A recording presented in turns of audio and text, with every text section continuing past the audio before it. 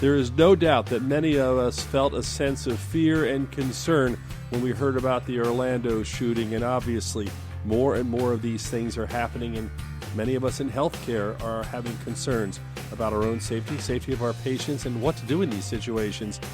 I'm Dr. Brian McDonough. Welcome to Primary Care Today on ReachMD. We have a very serious program today, a program where we're going to talk with an expert, Dr. Joseph Dalton, and we're going to talk with Dr. Alton about the idea of what you do in these situations. Now, I don't know if you're familiar with Dr. Alton's work, but he is clearly an expert in survival medicine. He deals with this. He's a physician, practiced many years, still maintains a license, but is focusing on these areas. So first of all, welcome to the program. Thank you, Doctor. I'm really happy to be here. Thanks for having me.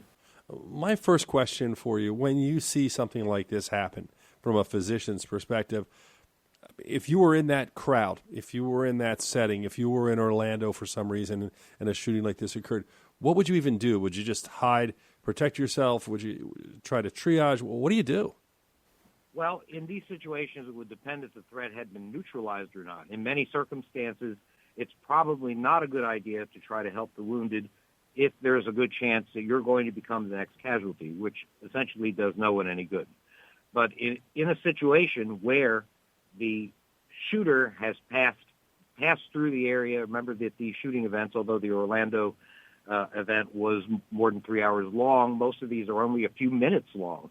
And once your shooter, who's very focused, trying to get the most casualty as possible, has moved through your area, it probably wouldn't come back. And so if that's the circumstance, then your job, in my opinion, and maybe the job of other bystanders, is to help the wounded. Now, this is important because law enforcement will not help the wounded until they're certain that the threat has been completely neutralized. So they'll pass by people that are even actively hemorrhaging until they're sure that there is no longer somebody making more casualties.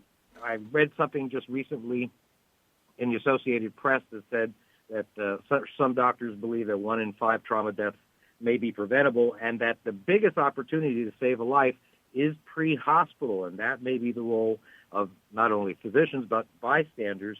They can begin the chain of survival that eventually ends at the trauma center. Now, you're in a situation, obviously, where you're being called on to talk about these situations. What do we do? How do we protect ourselves? From your perspective, with these occurrences, unfortunately, happening more and more, what can we do to protect ourselves in these situations? How, if you're just in the crowd, do you survive something like this?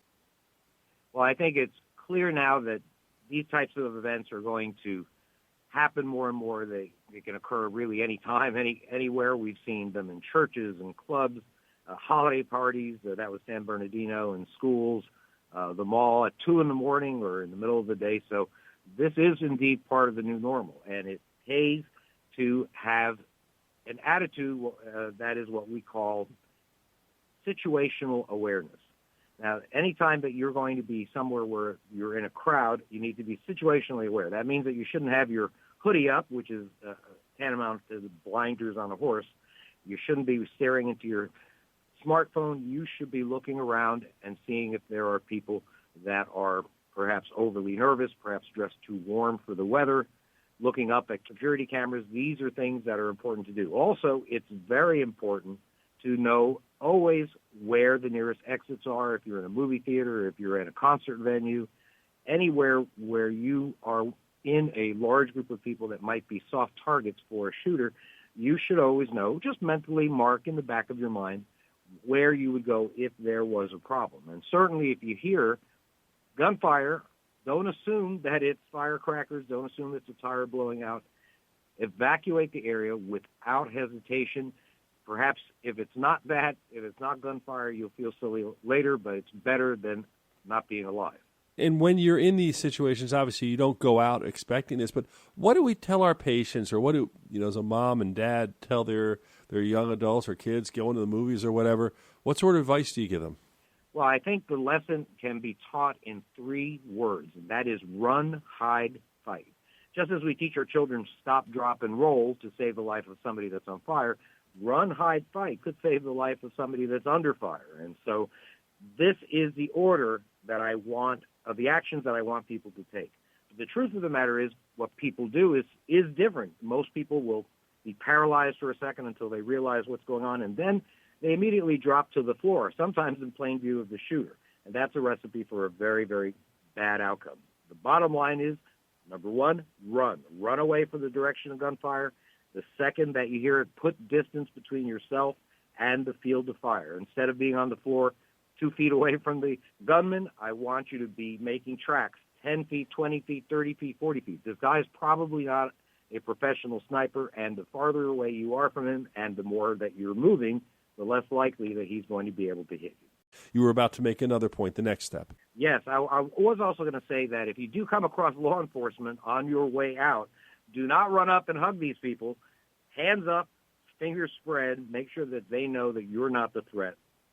And that is one thing that's very important. And don't expect them to be polite about it. They're not going to say, excuse me. They're going to say, get out of the way, or they're actually going to have you lay down on the floor. Now, if there's only one exit, say, and the shooter is standing in front of it, obviously running may not be an option for you. So your next choice is hiding. Now, you want to get out of the shooter's line of sight, but not by hiding under a table in the same room as the shooter. I've actually seen this in Paris. People in outdoor cafes, actually, their way of getting away from the shooter is just to hide under the table, even though the shooter was looking straight at them. That was a bad idea. Get into another room if at all possible. You look for one, hopefully, that has a lock. If there's no lock, put together barriers, desks, chairs, copying machines, I don't care what, something that provides a barrier that will make it difficult for the shooter to enter.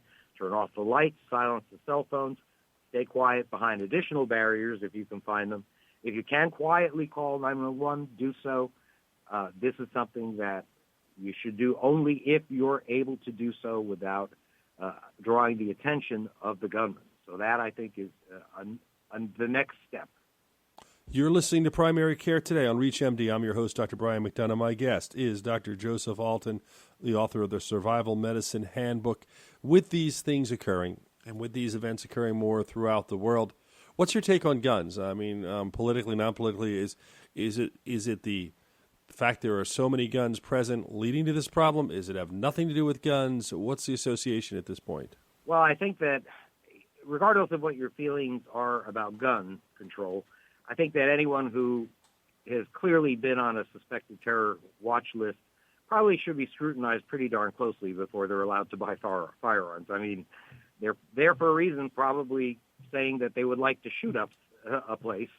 And so this is something that I think that I think there's even a vote that is coming up or has perhaps just come up. I haven't heard the result of this yet. That would put people on a suspected terror list as not being able to buy guns for a period of 5 years. Now, of course, there are civil liberties involved here, due process and things like that. And so this is a situation that I think probably would eventually be decided by the courts if they pass something like this. But that's the situation. Now, I want to let people know that although if some of those people perhaps were armed or were trained in using those firearms and had the will to use those firearms, it's very possible there might have been less casualties. But I don't want you to believe that those people were necessarily unarmed in the nightclub. The truth of the matter is every single one of them had a cell phone. There were bar glasses. There were probably bottles. This is a bar. And there were objects that they had that could have served as weapons. Now, let's talk about this little. What if you can't run? If there's no reasonable hiding place, you might just have to fight your way out of there. I mean, a lot of people will look at you and say, gosh, that strategy is just doomed to failure. It isn't necessarily. You might still be able to drop an attacker, get his weapon, and decrease the amount of casualties that occur. I remember in Paris, on a train, there was a shooter and 3 unarmed men, including an off-duty soldier, or a soldier on leave, that is, were able to do it, drop this guy, stop him from causing fatalities. Any type of aggression against a gunman could disrupt their flow. I told you these guys are focused. They have a mission, and that is in the shortest amount of time to get the most amount of casualties. Anything you can do to disrupt that focus, disrupt that flow, is going to possibly put you in an advantage.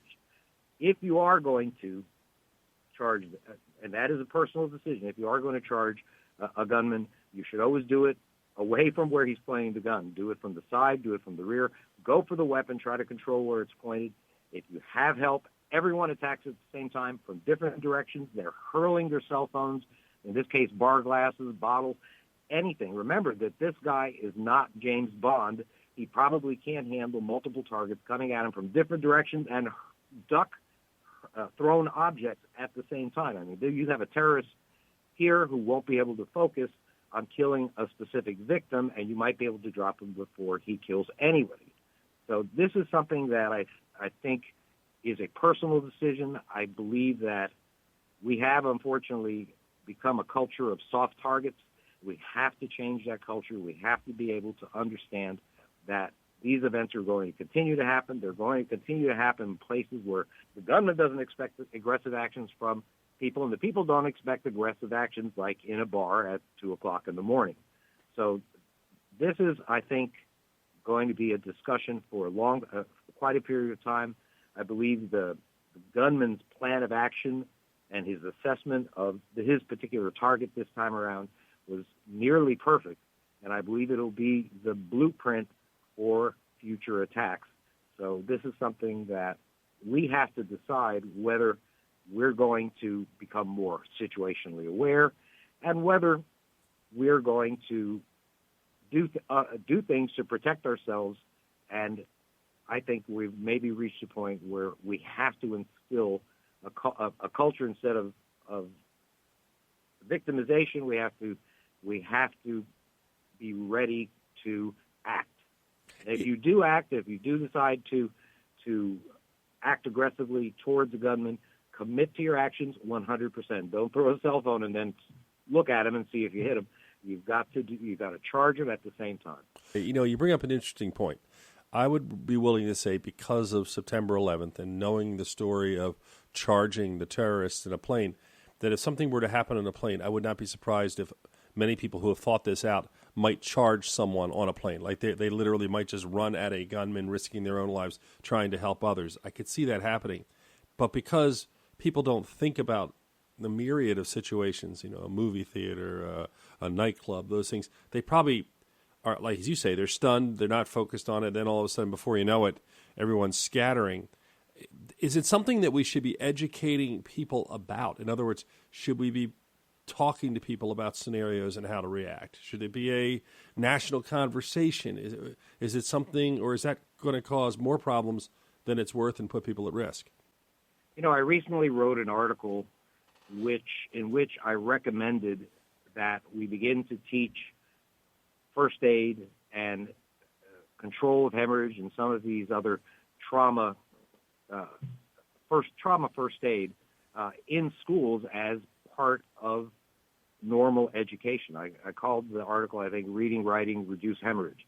And the truth of the matter is children today and young adults today do not get this type of education unless they happen to be in Boy Scouts. Maybe Girl Scouts might do it also. But otherwise, these young people have very little idea about what to do if they're faced with this situation. And also, it doesn't put the possibility of this situation occurring in their minds. And if we did start teaching people how to help others in emergency situations, and that includes, of course, controlling hemorrhage, then I think that we really are missing the boat here, especially in today's times where you really could expect an attack like this to occur just about, as I said before, anytime, anywhere. Dr. Alton, we're almost out of time, just time really for one more question. Is there something I didn't ask you thought was really important you should bring up for our audience? Well, I'll give you a prediction. I envision a day when medical kits that would have materials that would help people control hemorrhage and the education for that kind of treatment, I believe those medical kits will one day be on the wall next to the fire extinguishers and the automated defibrillators. And I believe that they're going to be in schools. I believe they're going to be in churches, malls, and just about anywhere you can find a fire extinguisher or automated defibrillator. I believe that you'll one day see these medical kits. That's how concerned I am about the uncertain future. Dr. Joseph Alton, it is an uncertain future. It's frightening, but at the same time, our best protection is preparation, as we know from medicine. I want to thank you for joining us and taking the time to talk with me on Primary Care Today on ReachMD. Thank you, Doctor. It was an honor.